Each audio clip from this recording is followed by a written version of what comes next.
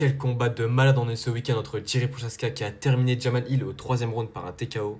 Pour vous dire, Jiri Prochaska a même eu le bonus de performance de la soirée. Et franchement, quand on voit ce qu'il a fait contre Hill, c'est clairement mérité. Et quel combat de malade de Prochaska par contre, ça faut vraiment en parler. Parce que vous le savez, lors de son dernier combat quand il a affronté Pereira, c'était extrêmement compliqué comme le premier combat qu'il avait fait contre lui. Et là, avec cette victoire contre Hill, ça nous met vraiment en confiance pour la suite de la carrière du Tchèque. Pour parler un peu de leur avenir ou de leur prochain combat ou adversaire, on va commencer par Jamal Hill, ça fait déjà sa deuxième défaite consécutive. Bon, la première c'était pour le title shot face à Pereira encore une fois. Donc là pour moi il affrontera pas quelqu'un qui est dans le top 5. Et moi je le verrais bien face à Khaled Lontri qui s'était vraiment bien démarqué. Encore une fois face à cet homme toujours le même. En plus c'est deux combattants perdus contre Alex Pereira donc pourquoi pas faire ce combat pour ensuite remonter dans le classement.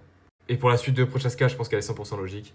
D'ailleurs Prochaska je sais pas si vous l'avez vu mais il a encore une fois call out Pereira pour la trilogie.